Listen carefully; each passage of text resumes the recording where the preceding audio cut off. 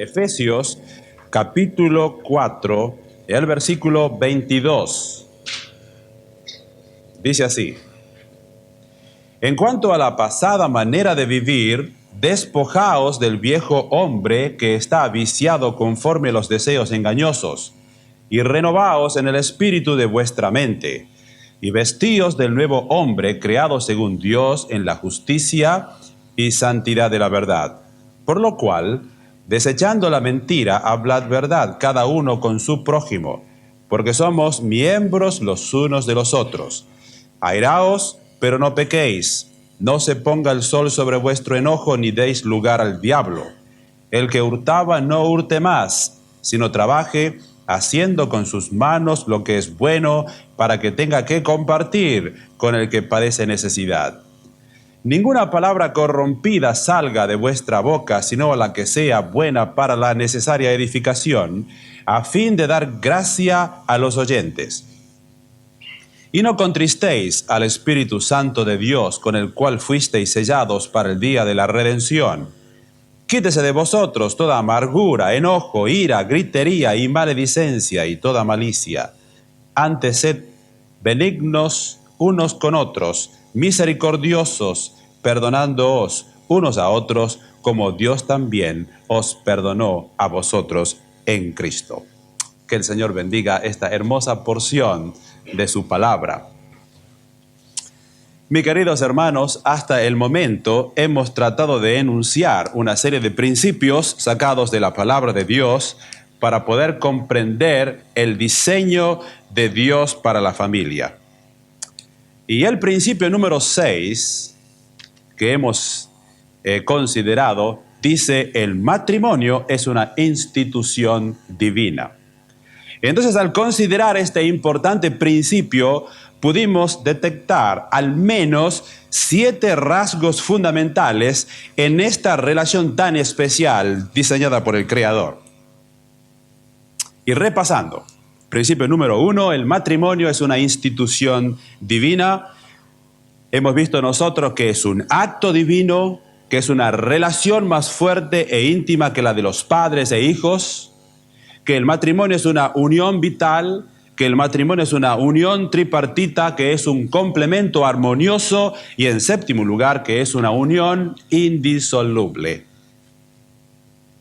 Ahora, esto nos llevó a la enunciación del principio número 7, que la felicidad es un subproducto de la obediencia.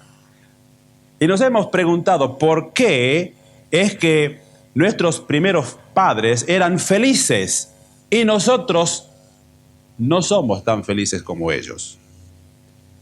Y sin duda hemos visto que esta diferencia es porque en el caso nuestro posiblemente el orden moral y espiritual se ha alterado o desvirtuado en algún aspecto de nuestra relación con nuestro cónyuge o en nuestra relación con nuestra familia.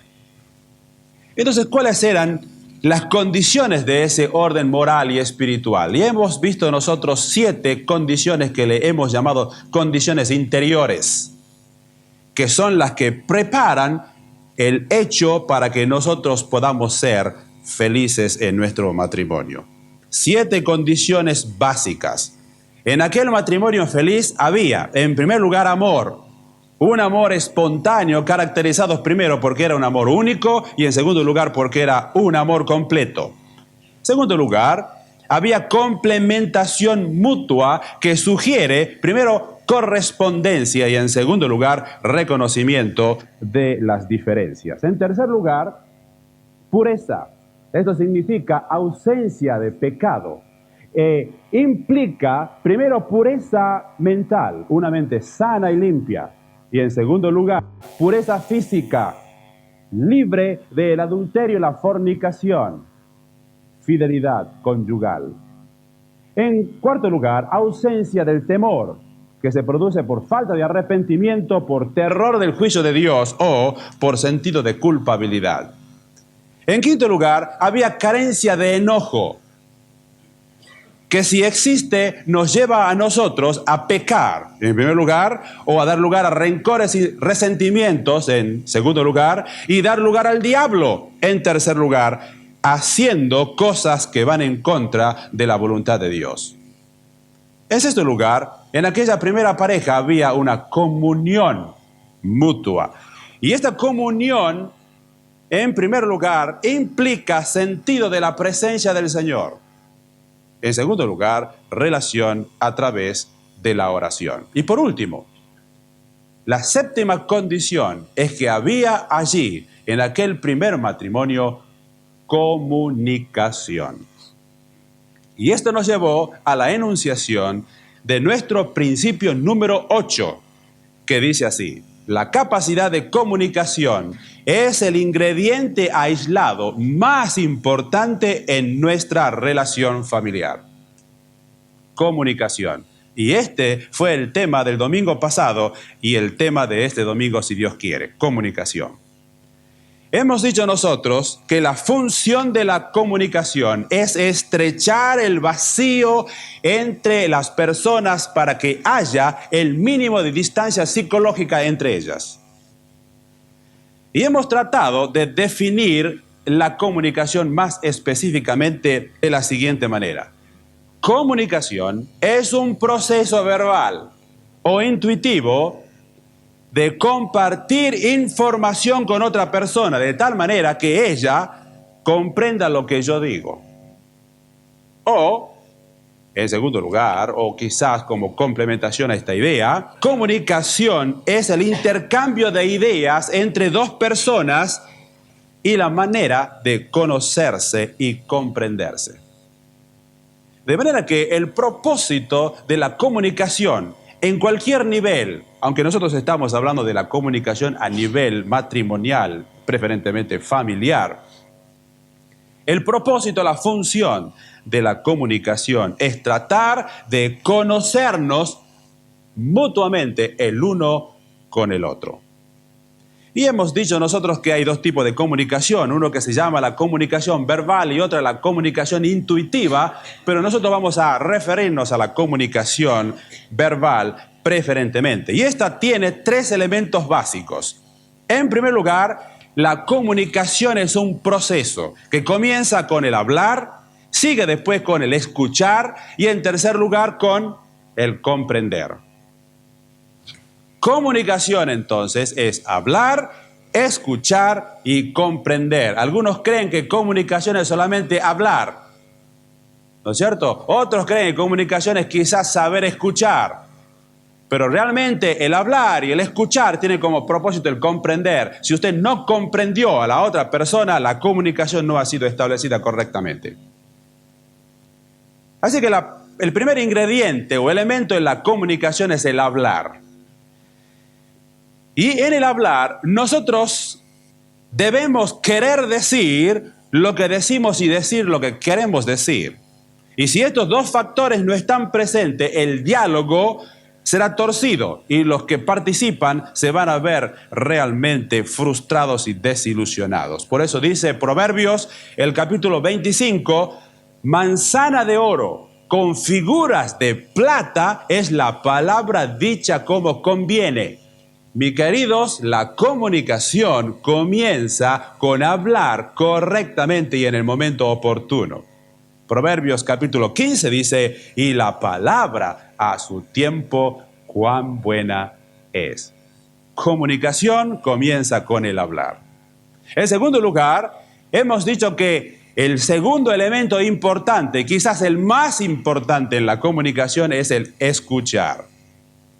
Y por otra parte, el escuchar es el elemento más dificultoso en todo el proceso de la comunicación. Y para escuchar con eficacia, aunque para algunos les resulta muy difícil, en primer lugar hay que cerrar la boca. Porque si usted cuando escucha no cierra la boca y quiere hablar al mismo tiempo que la otra persona, no hay comunicación. En segundo lugar, no debemos pensar solo en lo que vamos a decir cuando el otro termine. Y para descargarle nuestra batería, apenas él hizo un suspiro o un silencio. porque no estamos tratando de comprender a la otra persona. Y en tercer lugar, no interrumpir. Mis queridos hermanos, parece una cosa tan sencilla esto. Sin embargo, matrimonios entran en batalla porque no se saben escuchar y se interrumpen en la comunicación, se frustran, abandonan, tiran las armas y cada uno por su lado. Escuchar en realidad es recibir y aceptar el mensaje, tratando de comprender lo que la otra persona quiere decir. En primer lugar, entonces, hablar. Segundo lugar, escuchar. Tercer lugar, comprender. El matrimonio es una relación íntima basada en el entendimiento mutuo. Y ahora, si usted quiere entenderse con una persona, debe entonces tratar de comunicarse. De manera que la comunicación es el proceso que permite a la gente conocerse, relacionarse, entenderse y comprenderse mutuamente cuál es el significado para nosotros de la vida. Ahora, ya hemos establecido básicamente lo que es comunicación. Es hablar, es escuchar y es comprender. Este proceso de comunicación puede ser llevado a cabo en nuestra vida diaria a diferentes niveles, comenzando desde un nivel superficial y ligero hasta un nivel más profundo. ¿Por qué tenemos muchas veces tantos problemas para conocer, para relacionarnos, para entender y comprender a mi cónyuge en el verdadero sentido de la palabra? Yo pienso que la respuesta, entre otras, es que la comunicación ha estado o está entorpecida por algunos factores que le quitan profundidad y los aspectos de verdadera significación. El hermano John Powell, que no tiene nada que ver con el hermano Jorge Powell, John Powell dice en su libro que nos podemos comunicar al menos en 5 diferentes niveles. Escuche bien. El nivel número 5 es el de la conversación estereotipada. Bueno, para algunos estereotipada es una palabra un poco medio difícil. Estereotipada es una imagen o idea aceptada por un grupo. Es una opinión o concepción muy simplificada. Es como un cliché. Es una cosa muy formal. Ahora, en este tipo de comunicación, nosotros empleamos palabras y frases de las cuales no hay nada de personal que compartir. Por ejemplo, usamos expresiones como esta. ¿Qué tal, María? ¿Cómo está usted? Un cliché, una expresión muy popular. Usted dice eso y no quiere decir nada. En fin, no le afecta a usted en ningún sentido. María, ¿cómo está usted? Y entonces María dice, aquí andamos, como siempre. ¿Y su familia cómo está? Se cambian expresiones, pero no se han dicho realmente nada, no se han comunicado todavía. Y entonces ella dice, sí, mi familia está fenómeno. Parece que este verano va a ser largo, ¿no es cierto? Así parece, fulana. Aunque yo soporto más el frío que el calor. Hasta luego. Nos veremos. Se terminó la conversación. Ahora, en esta conversación, cada cual se protege y refugia detrás de su escudo. Es una conversación más bien formal y pasajera. Nivel número 5. Nivel número 4. Ahora, a este nivel nos limitamos a informar como lo haría el locutor de la radio o el locutor de la televisión. Nos contentamos nosotros con transmitir a los demás lo que hemos visto o lo que hemos oído o lo que hemos presenciado como testigos, pero, escuche esto, sin ofrecer ningún comentario personal a los hechos. ¿Se da cuenta? Por ejemplo, se juntan dos vecinos y dice, ¿sabe, Josefa, que la vecina se fue de vacaciones a su país. ¿Y quién va a cuidar de los niños? Oh, ella no tiene problemas porque su mamá le va a cuidar todos los niños. Dicho sea de paso, ¿sabe que en la casa de Gladys, la vecina, mientras ella estaba de vacaciones entraron los ladrones? Qué cosa, ¿no? ¿Cómo se está poniendo este vecindario? Cada vez es peor. Hasta luego, vecina. Hasta luego. ¿Se da cuenta? Aquí se transmitieron información. Nada más. Nivel número 4. Intercambiamos habladurías, comentarios y a veces chismes. Pero sin ningún comprometimiento personal en lo que sentimos al respecto. Eso es lo que se llama comunicación superficial. Y en ella nosotros solamente tratamos los detalles de naturaleza superficial e impersonal. Y esta es la clase de comunicación en la que están involucrados una gran cantidad, digamos, de matrimonios y millones de personas. Involucra enviar y recibir mensajes de una naturaleza racional, pero completamente impersonal. Ahora, este tipo de comunicación carece completamente de sentimientos y emociones. Es decir, dos personas pueden vivir bajo el mismo techo. Dos personas pueden compartir el mismo nombre. Dos personas pueden comer en la misma mesa. Y hasta dos personas pueden dormir en una misma cama sin que nunca se conozcan la una a la otra. Se cambiaron informaciones y constantemente el cambio de informaciones va y viene sin que el nivel de comunicación haya descendido más profundo que el nivel 4. Y en esta clase de relación puede haber mucha conversación, pero muy poca revelación. Y hay hombres habladores y mujeres también que hablan y hablan y hablan y hablan y creemos que es extrovertida y no es extrovertida. Habla a ese nivel superficial, pero nunca empieza a revelarse a sí misma. Los que participan no están, de esta manera, no están revelando lo que son, revelando lo que piensan, revelando lo que sienten y revelando lo que en verdad quieren decir. Nivel 5, nivel 4, ahora nivel 3. La comunicación un poquito más profunda. Allí tenemos nosotros la emisión de ideas y juicios. Y a este nivel la persona quiere salir ya de su confinamiento solitario y se arriesga a comunicar su opinión o lo que piensa a la otra persona.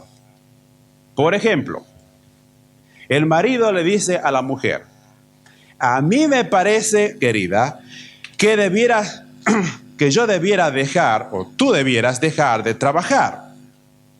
Al fin y al cabo, yo pienso que el lugar de la mujer es el hogar, la casa. ¿Se da cuenta? Ahí se comunica ya un pensamiento. Ahí ya estoy comunicando lo que yo estoy pensando con respecto al rol de mi esposa. Entonces la esposa le dice: querido, tú sabes que yo trabajé presionado por las circunstancias porque necesitábamos dinero.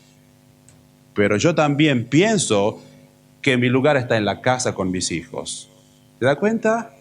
Ahí ya hay dos pensamientos que se empiezan a unir. Él piensa que ella debe dejar de trabajar. Y ella dice: sí, porque yo tengo que cuidar a mis hijos. Ahora ya, aquí a este punto, recién comenzamos a comunicarnos. Aquí empieza lo que vamos a llamar la verdadera comunicación. Así que nivel 5, nivel 4, nivel 3. Ahora nivel 2. A este nivel empezamos ya a participar sentimientos y emociones.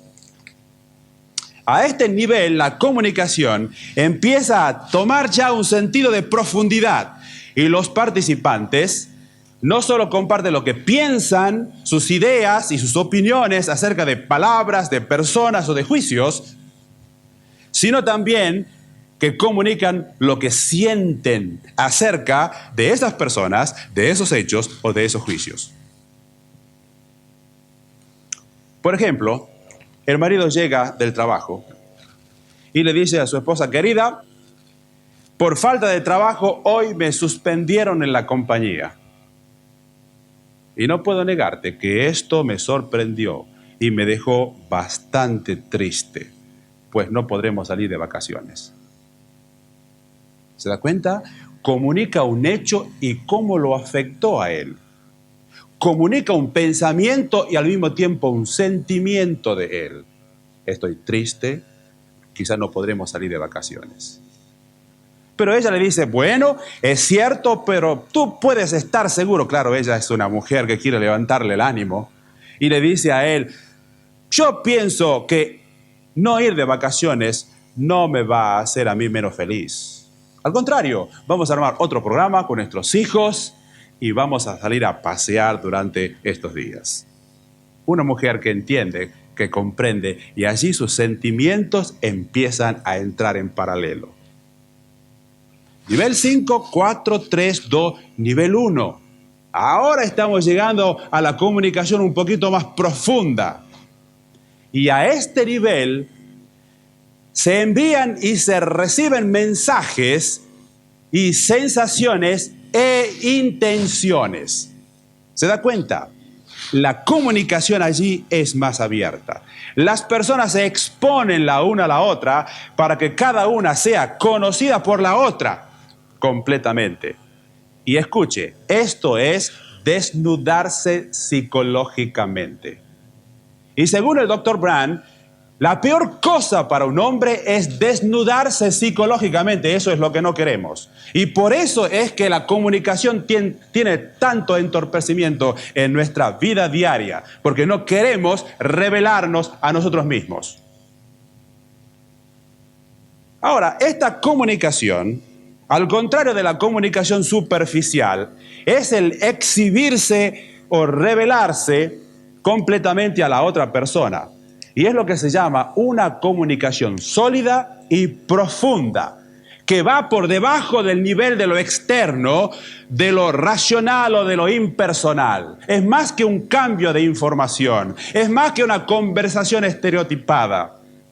Es una conversación que desciende, o una comunicación, al nivel de lo interno, de lo emocional y de lo personal. De manera que la verdadera comunicación incluye dos elementos básicos. En primer lugar, lo que se piensa. Y en segundo lugar, lo que se siente y lo que ello significa para usted. James Hamilton dice en su libro: la reunión de dos mentes es necesaria para un diálogo racional. Pero tiene que haber un encuentro de sentimientos si es que la relación ha de ser completamente premiada y satisfactoria. Fíjese usted. De manera que este tipo de comunicación es sinónimo de franqueza, sinónimo de transparencia, sinónimo de honestidad, sinónimo de revelación propia o de autorrevelación. Mis queridos, a este punto, la lección es esta. Si existen problemas en la comunicación en su matrimonio o en su familia, a lo mejor es porque no hay franqueza, a lo mejor es porque no hay transparencia, a lo mejor es porque no hay realmente honestidad en nuestra comunicación, o a lo mejor es porque no queremos revelarnos a nosotros mismos. ¿Se da cuenta? Ahora, este tipo de comunicación tiene sus dificultades. Y este nivel 5, o el 1 después del 5, no es fácil alcanzar porque es un proceso, en primer lugar, peligroso y en segundo lugar, un proceso doloroso. ¿Por qué? Es peligroso porque se corre el riesgo. ¿El riesgo de qué? El riesgo de ser aceptado. Por eso no queremos nosotros revelarnos, porque tiene ese peligro. Y en segundo lugar es doloroso, porque se expone uno a posibles conflictos con la otra persona. Claro, si yo le voy a decir la verdad y voy a revelarle lo que pienso, puede ser que se produzcan conflictos. Pero mis queridos, es a través de los riesgos y conflictos que la relación se estrecha y se estimula el crecimiento de la amistad. Yo quiero leerle de paso un versículo que me llamó mucho la atención en Juan capítulo 15 y el versículo 12. Fíjese lo que dice el Señor a sus discípulos. Este es mi mandamiento, que os améis unos a otros como yo os he amado. Nadie tiene mayor amor que este, que uno ponga su vida por sus amigos. Vosotros sois mis amigos si hacéis lo que yo os mando. Versículo 15. Ya no os llamaré siervos, porque el siervo no sabe lo que hace su señor. Pero os he llamado amigos, porque todas las cosas que oí de mi Padre os las he dado a conocer.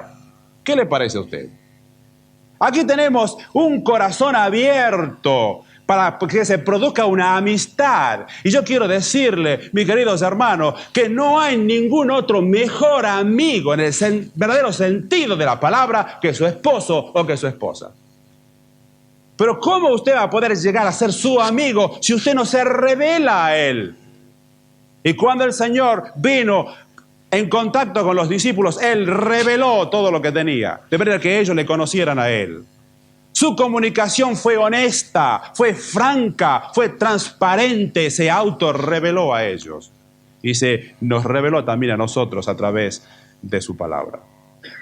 Mis queridos, ¿cómo es mi relación matrimonial de todos los días? ¿A qué nivel yo me estoy comunicando con mi esposa? ¿A qué nivel yo me relaciono con ella diariamente? O quizás podríamos hacer nuestra pregunta. ¿Qué podría yo hacer para comunicarme a nivel 1? Y ahora yo quisiera, en una forma quizás resumida, considerar 2 aspectos prácticos de la comunicación, porque sobre esto se puede hablar días y días, pero yo quiero concentrarle en una pastilla. Primero quisiera rápidamente ver cómo se deteriora la comunicación. Y en segundo lugar, cómo restaurar la comunicación, que es lo que a nosotros nos interesa. Fíjese usted que los novios rara veces tienen problemas de comunicación. Hablan interminadamente o interminablemente sobre cualquier cosa, especialmente por teléfono. Mire, si usted se tiene que comunicar con una persona y allí en esa familia hay una persona que está de novio o de novia, ese teléfono va a estar casi constantemente ocupado, le garantizo. Los novios pasan, ¿qué media hora? Hora y 2 horas hablando por teléfono de cualquier cosa. ¿No es cierto? No hay problema de comunicación. Pero después de la boda, como siempre sucede, hasta ahí iba todo bien. Pero después de la boda empieza esta comunicación a ser afectada por diferentes factores. Y yo quisiera solamente mencionarle unos poquitos. En primer lugar, diferencia de responsabilidades. Fíjese, antes de la boda, todo estaba concentrado en una sola cosa, un sueño. La boda y la casa. Allí estaban los dos concentrados. Sus planes, sus proyectos, su comunicación, sus conversaciones, sus salidas, sus compras, todo allí está relacionado con un sueño. La boda, el hogar. Pasó la boda y resulta que ahora se enfrentan los dos con diferentes responsabilidades.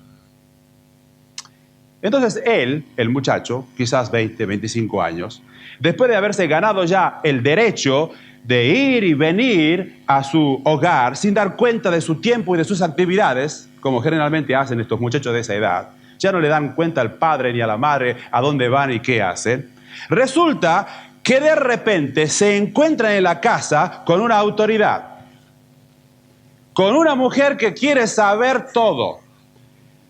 ¿A dónde vas? ¿Cuándo vas a volver? ¿Con quién vas a ir? ¿Qué es lo que vas a hacer? Así que hay que revelarle todo. Entonces ya ahí, claro, cuando estábamos de novios, toda la cosa andaba bien, pero ahora ya tantas cosas, tanta revelación. Y en segundo lugar, el muchacho empieza ahora a concentrarse en sus intereses vocacionales y profesionales. Ya, está bien, sentimentalismo y amor, sí, pero ahora hay que traer el pan a la casa, ¿no? Entonces hay que ir a trabajar. Y hay que ir a golpearse allí afuera. Entonces, su interés número uno antes era compartido por ella. ¿Por qué? El interés número uno era las bodas y su hogar. Ahora ya el interés número uno no es la boda y el hogar. Ahora es sus intereses vocacionales o profesionales o de trabajo. Entonces él va, se marcha solo a un mundo diferente a ganarse el pan. Y a la noche vuelve y entonces ella lo espera haciéndole preguntas. Pero él no puede revelarle todos sus problemas y dificultades con su jefe, con sus compañeros. Y entonces ahí es donde comienza a haber un poquito de dificultades y de frustraciones. Ahora, ¿qué pasa con ella? Ella empieza a sentir, si es que trabaja, la carga de la responsabilidad afuera y en su nuevo hogar. Y se da cuenta que no puede hacer las cosas que ella soñaba hacer con tanta facilidad. Claro, en el papel y en el programa todo es fácil, ¿no es cierto? Pero cuando usted tiene que salir y trabajar 8 horas y volver a la casa y empezar a cocinar, ya no come la comida que le preparó la mamá. Ahora tiene que hacerla ella. ¿Se da cuenta? Entonces ahora, si es que ella no trabaja, se transforma en una persona, ¿no es cierto?, con una actitud mental doméstica. Y se concentra en la comida, se concentra en los platos, en la ropa, en la casa, la limpieza, etcétera, etcétera. Y allí cuando empiezan a vivir la realidad, a los poquitos meses de casados, ya empiezan a cuestionarse si la decisión fue correcta. Y otros empiezan a requerir un poquito más de atención, ¿no es cierto?, hacia nosotros, porque vemos que nos hemos distanciado un poquito. Así que vemos que en primer lugar hay diferencia de responsabilidades, en segundo lugar diferencia de prioridades. Fíjese, el muchacho, el hombre, tiene ahora sus prioridades. Generalmente la del hombre son prioridades a largo alcance. Y su interés, como dijimos, son profesionales y de trabajo, vocacional. Pero ella tiene sus metas cercanas. Ahora, como ella está esperando un bebé, su interés número uno ahora, ¿cuál es? El bebé que va a venir. Su interés y su meta son más bien a corto alcance.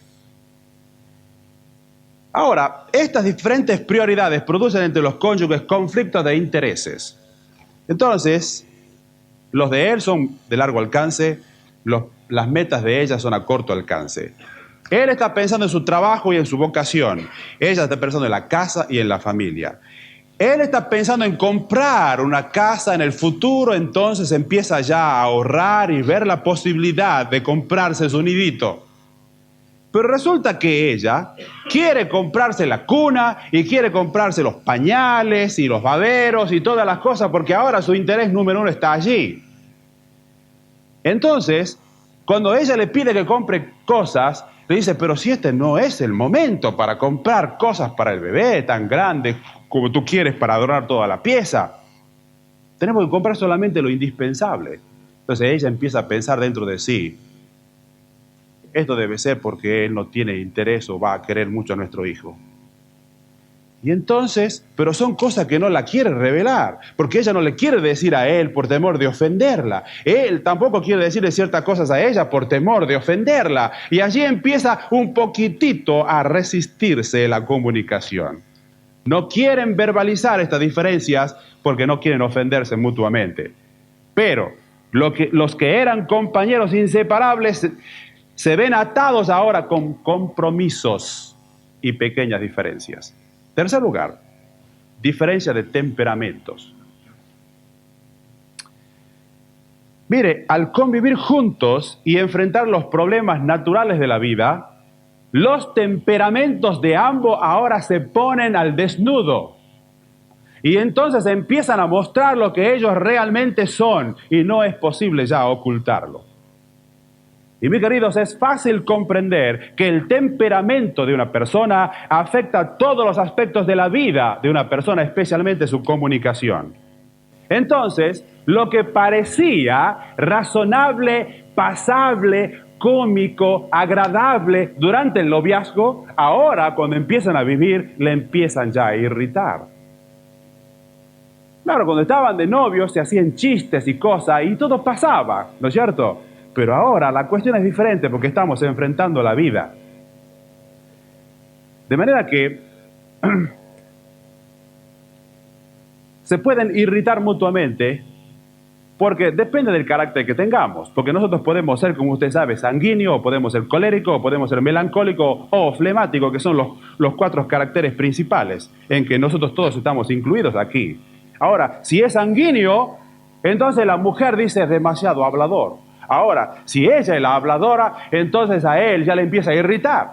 ¿Me entiende? Si es colérico, porque le gusta mucho argumentar y hacer problemas por cualquier cosa. Si es que es melancólico, porque es muy perfeccionista y tiene obsesión por corregir a los demás. Entonces lo que antes era atractivo, ¿no es cierto?, ahora ya empieza a molestar un poquito. Y si es flemático, porque no es agresivo y porque teme la crítica y los conflictos y más bien está sentado, que realmente al frente del cañón. Entonces ahí empiezan las diferencias. Mis queridos, he querido poner esto en una forma práctica porque muchas veces no percibimos lo que está sucediendo en nuestro propio hogar y que realmente la falta de comunicación está deteriorando mi matrimonio y está deteriorando mi familia. Y todo comenzó con cositas de la vida que ni siquiera percibimos. Todo esto hace y contribuye a que empiecen a levantarse gradualmente paredes de incomunicación que se interponen entre las dos personas que se aman. Y lo triste es que muchas parejas se conforman con una relación de segunda categoría porque nunca aprendieron a comunicarse. Ninguno de los dos quiso deliberadamente levantar esa barrera de comunicación o esas paredes. Pero, mis queridos, si somos realistas nosotros, tenemos que aceptar que estas paredes crecen paulatinamente. ¿Desde cuándo? Desde la primera vez que se interrumpió nuestra comunicación por cualquier cosa. Allí empieza a levantarse paulatinamente esas paredes de comunicación. Ahora, quiero mencionarle 4 armas defensivas que entorpecen la verdadera comunicación. Y el doctor Henry Brand menciona 3 de estas 4 armas en su libro. Y mi querido, cuando el matrimonio las utilizan, se levantan paredes y sofocan la comunicación. ¿Cuáles son esas armas? En primer lugar, la explosión. Fíjese que la gente no quiere reconocer sus defectos. ¿Qué es la gente? Yo, nosotros. No queremos reconocer nuestros defectos. Y cuando alguien nos los señala, explotamos violentamente. Y esto se debe generalmente a una ira interior reprimida que es el resultado de un resentimiento de hostilidad. Y usted sabe que la explosión, ¿no es cierto?, de algunos hombres o de algunas mujeres, es un mecanismo de autoprotección o de autodefensa que empieza a poner ladrillos en la pared de incomunicación. Ahora, como no queremos desnudarnos psicológicamente, cuando nuestro cónyuge nos señala nuestra deficiencia, echamos manos de cualquier cosa para cubrirnos. Entonces explotamos en ira y con ella estamos nosotros diciendo que tenemos un límite. Y Tim LaHaye dice en su libro que cuando una persona explota en ira en un intercambio de palabras, especialmente entre los cónyuges, el mensaje que queremos transmitir en realidad es: no te acerques a mis debilidades íntimas, si lo haces, explotaré. Y a mí me parece que es una verdadera perspectiva. Hay muchos hombres que cuando algo sucede, o cuando su esposa le señala una falta, o le señala un defecto, o le señala una deficiencia, explota en ira. Y él está diciendo, por favor, querida, no me toques la llaga porque me voy a enojar. La explosión. Segundo lugar, otra arma defensiva, las lágrimas. ¿Sabe que después de la ira, las lágrimas son las armas más populares para la propia defensa psicológica? Como sabemos nosotros, esta arma es usada con mucha eficacia y preferentemente por las mujeres. ¿Y sabe lo que algunas mujeres quieren decir? Bueno, quiero aclarar una cosa. Las mujeres lloran y también los hombres. Y yo no me estoy refiriendo, no nos estamos refiriendo aquí a estas lágrimas de profundo sentimiento que pueden ser causa de gozo o algunas veces de profunda tristeza, sino esas lágrimas de cocodrilo que muchas veces impiden la comunicación.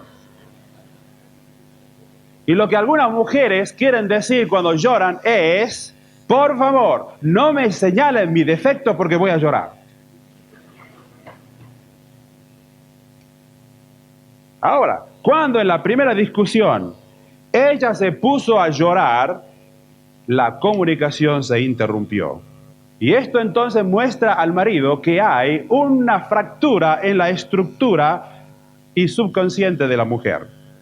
Y entonces, ¿qué es lo que va a hacer el marido? Si es sensible, entonces no le voy a hablar a ella nunca más de ese problema para que no llore. Pero lo que en realidad está sucediendo, hemos puesto otro ladrillito más en la pared de la incomunicación. En tercer lugar, el silencio.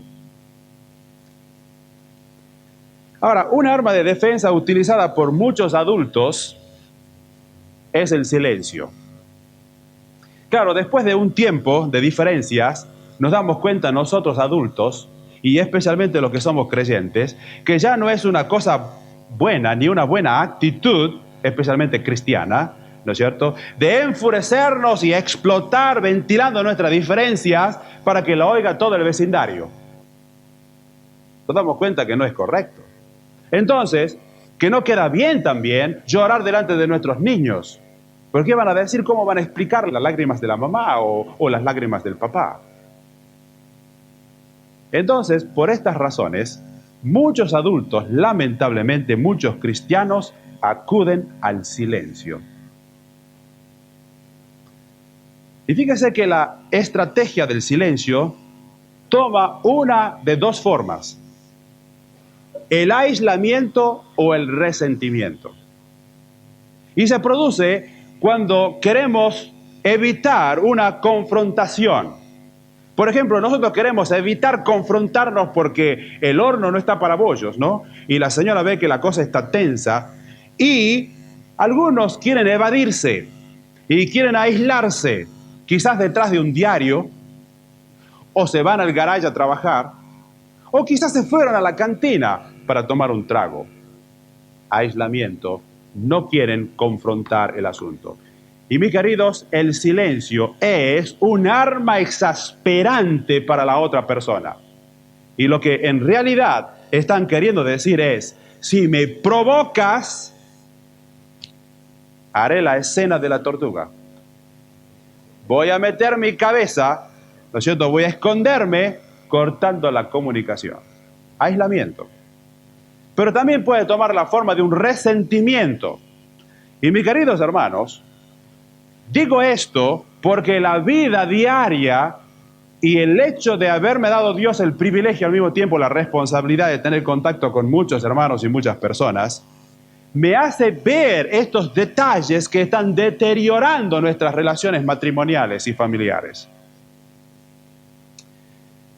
Lo que usan el silencio por resentimiento en realidad están manifestando enojo, están manifestando rencor, que es todavía peor. El silencio es un arma peligrosísima. ¿Por qué? Primero, porque rápidamente sofoca la comunicación. Y en segundo lugar, demanda una gran fuerza de voluntad y cobra un alto precio tanto en lo físico como en lo espiritual. Usted sabe que un señor, más bien callado, se casó con una señora de temperamento muy expresivo, extrovertido. Cada vez que él quería decir algo, ella primero lo interrumpía y después descargaba todo lo que ella pensaba como una ráfaga de ametralladora. Entonces él, cuando pasaron el tiempo, se dio cuenta que realmente no podía tener con su esposa ninguna comunicación. Y así pasó el tiempo y un amigo le preguntó después de unos meses: fulano, ¿y cómo van tus relaciones con tu esposa? Entonces este señor le dijo: oh, ahora está maravilloso. Yo he aprendido el secreto de controlar a mi mujer. Y entonces le preguntó el otro: ¿y qué es lo que haces entonces ahora? Bueno, he aprendido a manejar a mi mujer con el silencio. Dice: mi esposa no puede aguantar que yo no hable, que yo no le conteste. Y sabe una cosa, tiempo atrás, este señor fue al médico. ¿Sabe lo que diagnosticó? Úlcera sangrante. Es decir, el precio que se tiene que pagar por el silencio es una energía tremenda, porque usted está poniendo un valle de contención a sus emociones y usted está devorando en sus entrañas el enojo, la ira, el rencor, y usted va a pagar un precio demasiado grande. Y Jessica Payne dice que el silencio no es siempre de oro. Con frecuencia el silencio es cobarde. Ahora analice usted ciertas situaciones y se va a dar cuenta que es así. De manera que nosotros podemos entorpecer la comunicación primero por la explosión, después por las lágrimas, después por el silencio y después por la crítica. Mis queridos hermanos, es muy fácil aceptar el desacuerdo sin estar a la defensiva. Y la inclinación natural nuestra es criticar a la otra persona. Mire, y si usted analiza su vida y usted piensa qué es lo que sucedió en su corazón cuando usted escuchó indirectamente por una tercera persona que alguien habló acerca de usted mal, dígame si no es una irritación profunda la que usted siente. No hay peor cosa que la crítica, que de una persona no tiene el coraje o la hombría, ¿no es cierto?, o la honestidad de confrontar a la otra diciéndole lo que piensa. Entonces va y habla a otras personas detrás. Y cuando usted se entera, ahí está el resentimiento. Ahora, mi querida hermana, cuando usted va y se junta con sus hermanas, sus amigas, y habla mal de su esposo, lo que usted está haciendo es criticándolo a él. Y cuando su esposo se entere de que usted está hablando mal de él, usted está levantando una tremenda pared de división y de comunicación entre los dos. Dígame si no es así. Crítica. Y hay cónyuges que mantienen atemorizado a su compañero bajo la amenaza de la crítica para evitar sacar a flote asuntos desagradables. Es decir, no me digas algo que tiene que ver con mis defectos y debilidades porque te voy a criticar. Y allí entonces está la lucha y la tensión emocional. Usted sabe que estaba leyendo de un hombre que se enlistó en el ejército para estar lejos de la crítica de su mujer. En el servicio militar lo llevaron al otro lado del océano a una guerra que había allá. Y sin embargo, a través de las cartas, todavía la mujer lo regañaba y lo criticaba. ¿Y sabe lo que respondió en una de esas cartas el marido? Le dijo a la mujer: por favor, fulana, déjame de regañarme para que pueda gozar de esta guerra en paz.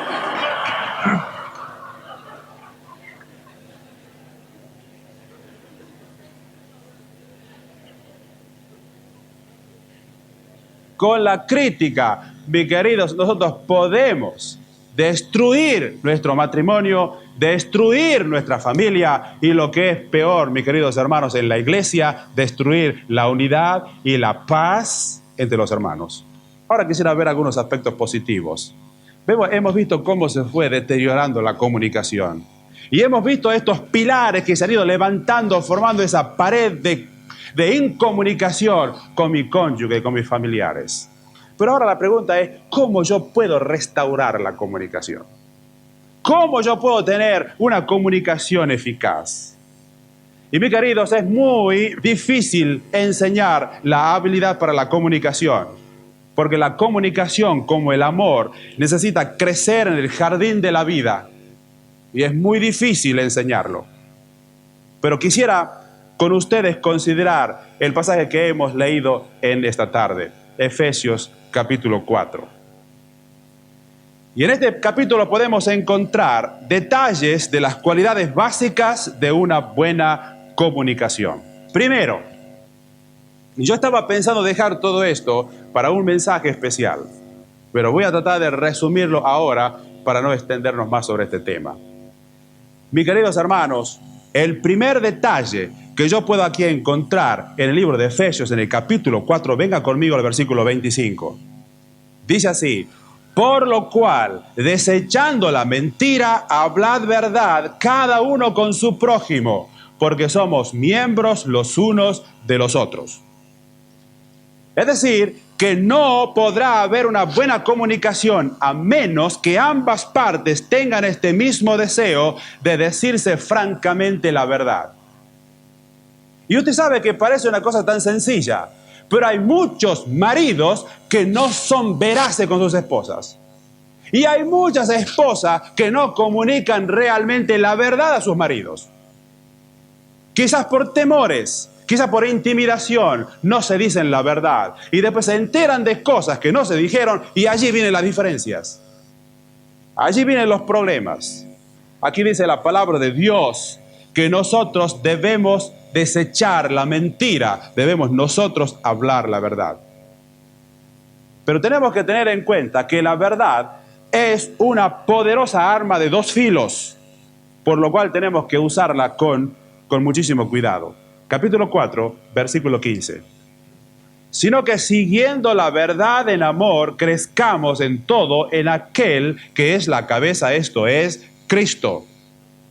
En otra palabra, el amor es el ingrediente que tenemos que agregar a la verdad. Mientras más verdades digamos, tenemos nosotros que poner más amor en aquellas cosas que expresamos. Hablar la verdad, compartiendo con amor libre y espontáneo lo que está en nuestro corazón, es una de las cualidades esenciales para una buena comunicación. No se olvide, primero empiece por hablar la verdad. Es decir, exprese a su cónyuge, a su esposo o a su esposa los hechos como son, pero expréselo con amor, porque la verdad, juntamente con el amor, forman el equilibrio precioso de la comunicación. Si usted solamente toma la verdad, usted a su marido le puede decir: tú eres un hombre con la nariz larga, o que eres así, y le está diciendo toda la verdad, y usted lo atraviesa con la verdad al pobre hombre. Pero si usted le dice: mira, a pesar de esa prominencia en tu cara, yo te amo,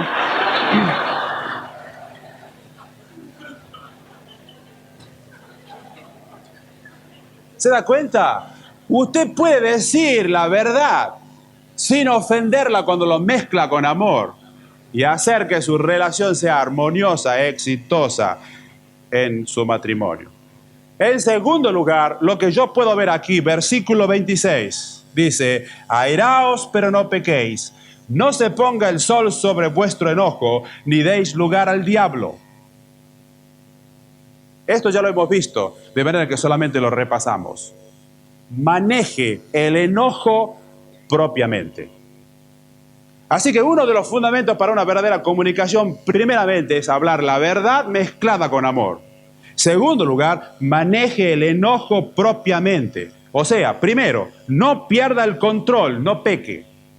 En segundo lugar, no aplique el silencio. Aquí dice: no se ponga el sol sobre vuestro enojo. No deja que su enojo se vaya hasta el otro día.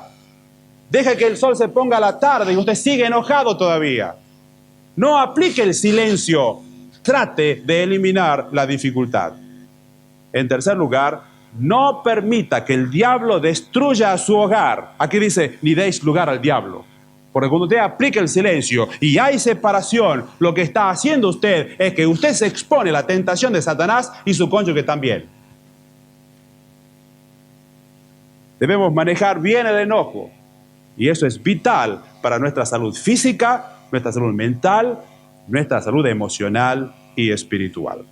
Tercer lugar, mantenga una buena actitud. Fíjese usted que aquí, en Colosenses, en el capítulo 3, este capítulo comienza de la siguiente manera.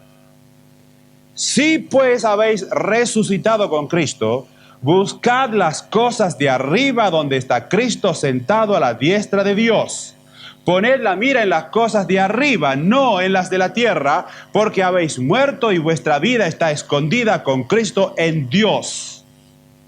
Aquí empieza diciendo, si habéis resucitado con Cristo, como queriendo decir, mis queridos hermanos, si sois creyentes, si sois hijos de Dios, si vuestros pecados han sido perdonados, si vais al cielo, si sois cristianos verdaderos, entonces ahora, ¿qué es lo que hay que hacer? Buscar las cosas de arriba, no aquellas de la tierra. Es decir, aquí nos está diciendo lo que hacen los demás. El estándar de la sociedad no es lo que yo debo hacer. Ahora tengo que mirar qué es lo que Dios dice. Miren las cosas de arriba. Mire, cuando usted tiene su reloj y su reloj no está en hora, ¿qué es lo que hace usted? Usted toma el teléfono y habla, ¿no es cierto?, a la compañía para ver qué hora es. O usted prende la radio y ve cuál es la hora oficial. Entonces usted pone su reloj en hora. Para saber cómo usted tiene que comunicarse en la vida, en primer lugar usted tiene que ver cómo es que Dios quiere las cosas. Tiene que poner la mira en las cosas de arriba, en el estándar de Dios, no en sus propias opiniones. Tiene que tratar de comunicarse no como a usted le parece, sino sobre las bases de la palabra de Dios. Ahora, hay algunas actitudes negativas e incorrectas que yo quisiera mencionar aquí en este pasaje. En primer lugar, versículo 29 del capítulo 4 de Efesios. Dice así: ninguna palabra corrompida salga de vuestra boca, sino la que sea buena para la necesaria edificación, a fin de dar gracias a los oyentes. Palabra corrompida, ¿sabe lo que significa? Corrompida significa podrida. Ese es el significado en el original. Y la palabra corrompida aquí es la opuesta de edificación en el mismo versículo. De manera que cuando usted emplea palabras corrompidas, usted está destruyendo algo en vez de edificar. Ahora, mi querido hermano, usted piense, con sus palabras usted está edificando su familia, su matrimonio, su hogar, o usted lo está destruyendo.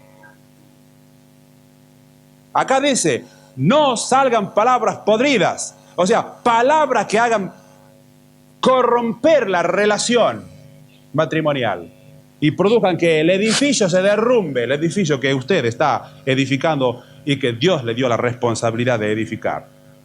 Dice versículo 31, quítese de vosotros toda amargura. Una de las cosas que impide la comunicación es la amargura. ¿Qué es la amargura? Mire, la amargura es una profunda perturbación por alguna ofensa o crítica o contrariedad. Y allí está la amargura. Y fíjese que cuando usted tiene una amargura en su corazón y usted no la revela a su compañero, ¿sabe lo que se produce? Mire, hágase un diagrama, hágase un triángulo y va a ver lo que se produce. De esa raíz de amargura, que es un punto, usted tiene después el enojo. Allí tenemos nosotros un aumento en la proporción. Después del enojo viene la ira. Es cuando usted se enojó realmente. Después de la ira sigue aquí la gritería. Allí empiezan las discusiones y las palabrotas van y vienen. Y después sigue aquí la maledicencia, cuando ya usted empieza a usar palabras ofensivas contra su querido esposo o contra su querida esposa. Y después de toda la discusión, ¿qué es lo que queda? Aquí dice malicia. Malicia en su corazón. Todas las cosas la empieza usted a ver en una forma diferente. ¿Se da cuenta?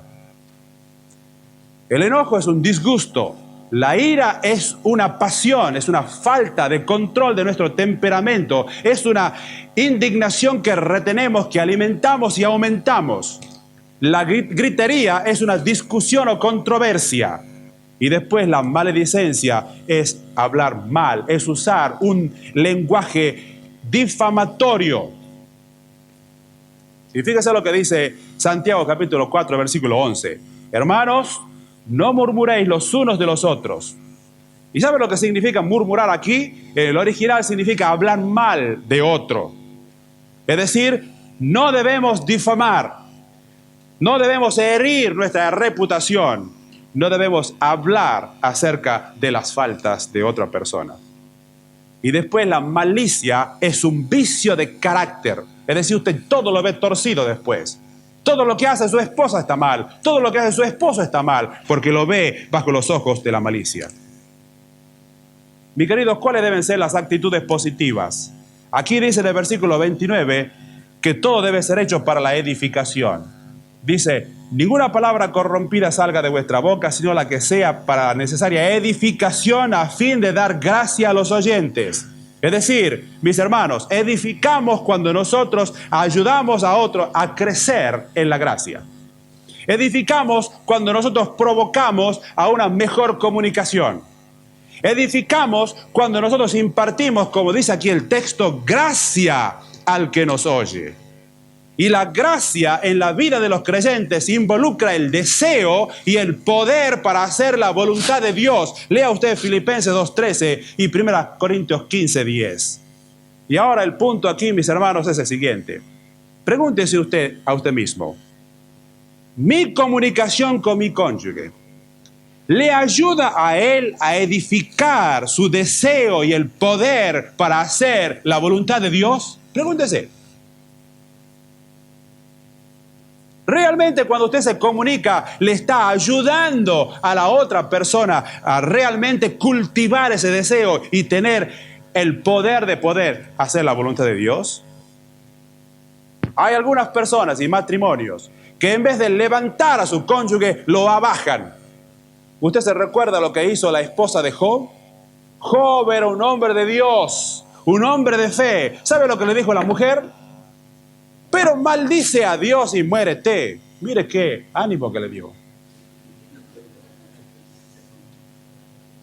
Es lo que muchas mujeres hacen con su marido, ¿no es cierto? Y lo desprecian y en vez de levantarlo, lo abajan. Y no hay peor cosa que nosotros podemos hacer que esto. Después dice aquí ser benigno, versículo 32. Es decir, tratar a otros con una actitud que sea agradable, que sea buena, que sea graciosa. Proverbios capítulo 10, versículo 12 dice, el odio despierta rencillas, pero el amor cubrirá todas las faltas. Sea benigno. Si usted realmente ama a su esposo, va a cubrir un montón de faltas. Porque si usted me examina a mí, mi querido hermano, yo tengo un montón de defectos, un montón de irregularidades. ¿No es cierto? Y por la gracia de Dios y porque realmente Él es poderoso, Él me utiliza a mí. Pero realmente, si usted me desnuda a mí, ¿no es cierto? Usted me va a encontrar sin número de defectos. Y después va a decir, Daniel Lozano. Y claro, si Daniel Lozano no es nadie. No es nadie. Y lo poco que es por la gracia de Dios. Y mire, si yo no hubiera sido tomado por la gracia de Dios, yo hubiera podido ser un degenerado por la influencia de mi pasado. Y si realmente soy lo poquito que soy, es porque la gracia de Dios me mantuvo. Y realmente doy gracias a Dios porque Él tiene todo el mérito de haberme traído hasta aquí. Y después otra característica acá, misericordioso. Sea misericordioso. ¿Sabe lo que significa misericordia? Para que usted no se olvide del concepto de misericordia, es lo que es la gracia, pero lo opuesto. Le explico. La gracia es un don que se da a una persona inmerecidamente. La gracia de Dios es el don de darnos a nosotros la salvación sin que lo merezcamos. ¿Captó el concepto de gracia? La misericordia, escuche esto, es no dar el castigo que se merece. Si usted tiene un corazón misericordioso, no le va a dar a su esposo lo que merece, lo va a olvidar. Si usted tiene un corazón misericordioso, no le va a reprender o decir palabrotas o a lo mejor la verdad a su esposa, sino que la va a perdonar, misericordioso. ¿Y cuántos de nosotros entorpecemos la comunicación porque somos ásperos y herimos sin ninguna dificultad a nuestro cónyuge, olvidándonos completamente lo que es misericordia? Y después dice aquí la palabra de Dios, perdonándonos unos a otros en amor. Oh, si nosotros pudiéramos realmente entender la palabra de Dios. Y quiero decirle para terminar, mi querido, si hay aquí una persona que no puede perdonar a otro y no ha recibido al Señor, no va a poder perdonar porque nunca pudo tener la sensación de lo que es saberse realmente perdonado.